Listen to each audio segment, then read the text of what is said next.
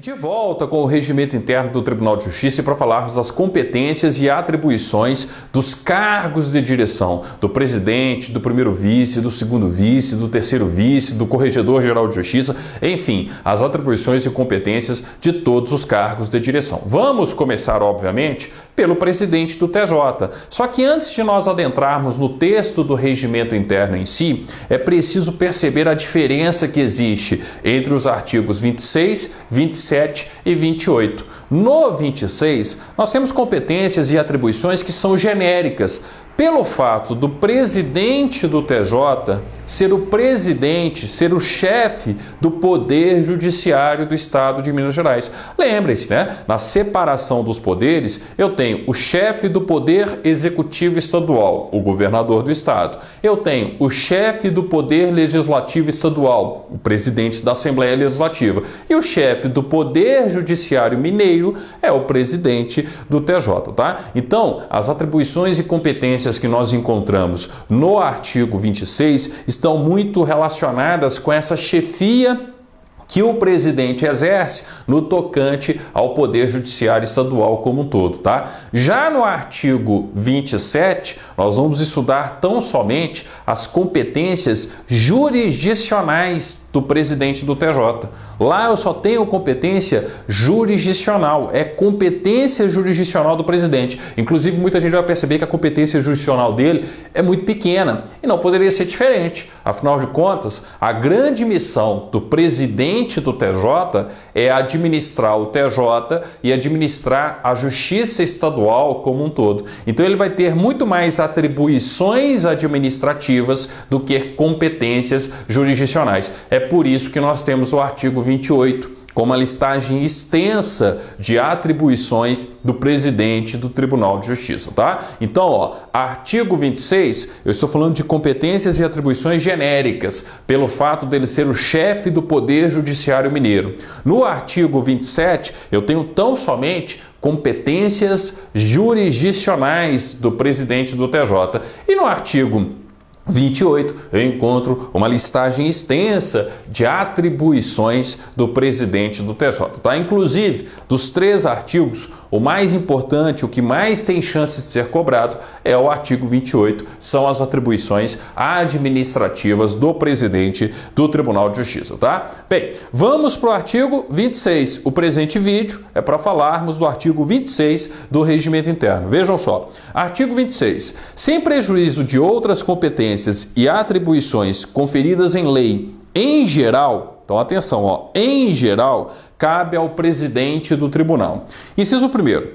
Velar pelas prerrogativas do Poder Judiciário e da magistratura do Estado, representando-os perante os demais poderes e autoridades, pessoalmente ou por delegação a desembargador, observada de preferência a ordem de sua substituição regimental. É aquilo que eu comentei, tá? Está relacionado com a chefia do Poder Judiciário. É ele quem representa o Poder Judiciário do Estado de Minas Gerais. A chefia maior, né, o presidente, o chefe maior, melhor dizendo, do Poder Judiciário do Estado de Minas Gerais, tá? Então, naturalmente, ele teria essa prerrogativa de velar, né, pelo Poder Judiciário, tá? Então, a questão natural aí, pelo fato dele ser chefe de poder. Inciso 2º. Exercer a superintendência geral dos serviços da Secretaria do Tribunal. A gente vai perceber que é uma praxe do Tribunal de Justiça que cada cargo de direção seja superintendente de uma determinada área, tá? O presidente, obviamente, é o superintendente geral. O corregedor vai ser o superintendente da corregedoria. O segundo vice-presidente vai ser o superintendente da escola judicial, tá?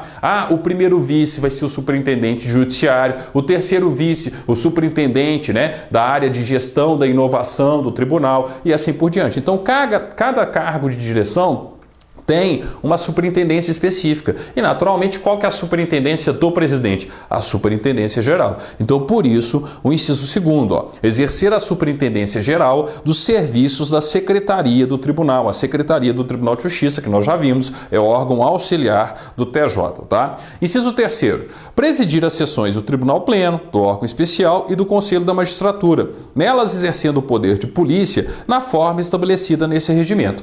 Na verdade, o presidente preside não só as sessões do Tribunal Pleno, do órgão especial e do Conselho da Magistratura, mas de todos os órgãos que ele faz parte.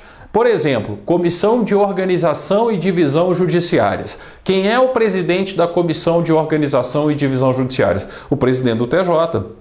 Todos os cargos da direção estão na Comissão de Organização e Divisão Judiciárias, tá? Então, naturalmente, ele, presidente do TJ, enquanto presidente da Comissão de Organização e Divisão Judiciárias, por exemplo, ele vai exercer, o poder de polícia nas sessões da respectiva comissão. Então, aqui, a listagem ela não foi taxativa, ela não foi taxativa, mas meramente exemplificativa, tá? Sempre que o presidente estiver presente em um determinado órgão, ele vai presidir aquela sessão do respectivo órgão, nela exercendo o poder de polícia na forma estabelecida no regimento. Lembrando que a gente vai estudar o exercício do poder de polícia, tá? É o último tópico da aula do nosso curso sobre regimento interno, tá? Inciso 5º. Convocar sessões extraordinárias, solenes e especiais. Óbvio, eu preciso ter uma sessão especial do Tribunal Pleno. Quem que convoca? Presidente do TJ. Sessão solene, presidente do TJ. Sessão ordinária, sessão extraordinária, presidente do TJ. Inciso 6º. Organizar e fazer publicar, no final do mandato, o relatório da gestão judiciária e administrativa. É uma espécie de prestação de contas. Então, eu tenho um relatório demonstrando tudo que aquele presidente fez durante os 2 anos de mandato. Enfim, uma espécie de prestação de contas. Organizar e fazer publicar no final do mandato relatório da gestão judiciária e administrativas.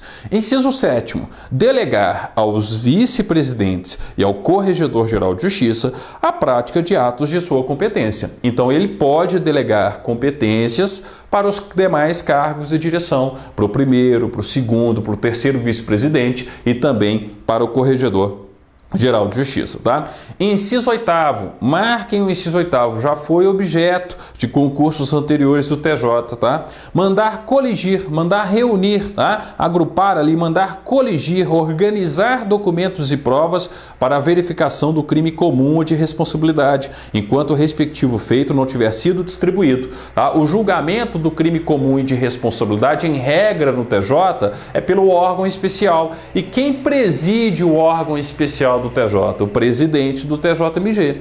Então, naturalmente, antes de eu ter ali o decorrer do julgamento, quem que pode já organizar, mandar reunir os documentos, coligir os documentos para que eu tenha justamente um bom andamento das futuras sessões, dos futuros trabalhos do órgão especial, por exemplo, no tocante a essa competência? É o presidente do TJ, tá? Então, por isso, o inciso 8º, mandar coligir documentos e provas para verificação do crime comum ou de responsabilidade, enquanto o respectivo feito não tiver sido distribuído. A partir do momento que o feito é distribuído, eu tenho um relator. E aí essa competência passa a ser do relator do respectivo feito e não mais do presidente, tá? Detalhezinho importante a ser percebido aqui, principalmente nos concursos para cargos privativos de bacharel em direito, tá? A partir do momento que acontece a distribuição, eu tenho a definição de um relator. Aí o relator passa a ter essa competência descrita no inciso 8º, mandar coligir documentos e provas para verificação do crime comum ou de responsabilidade.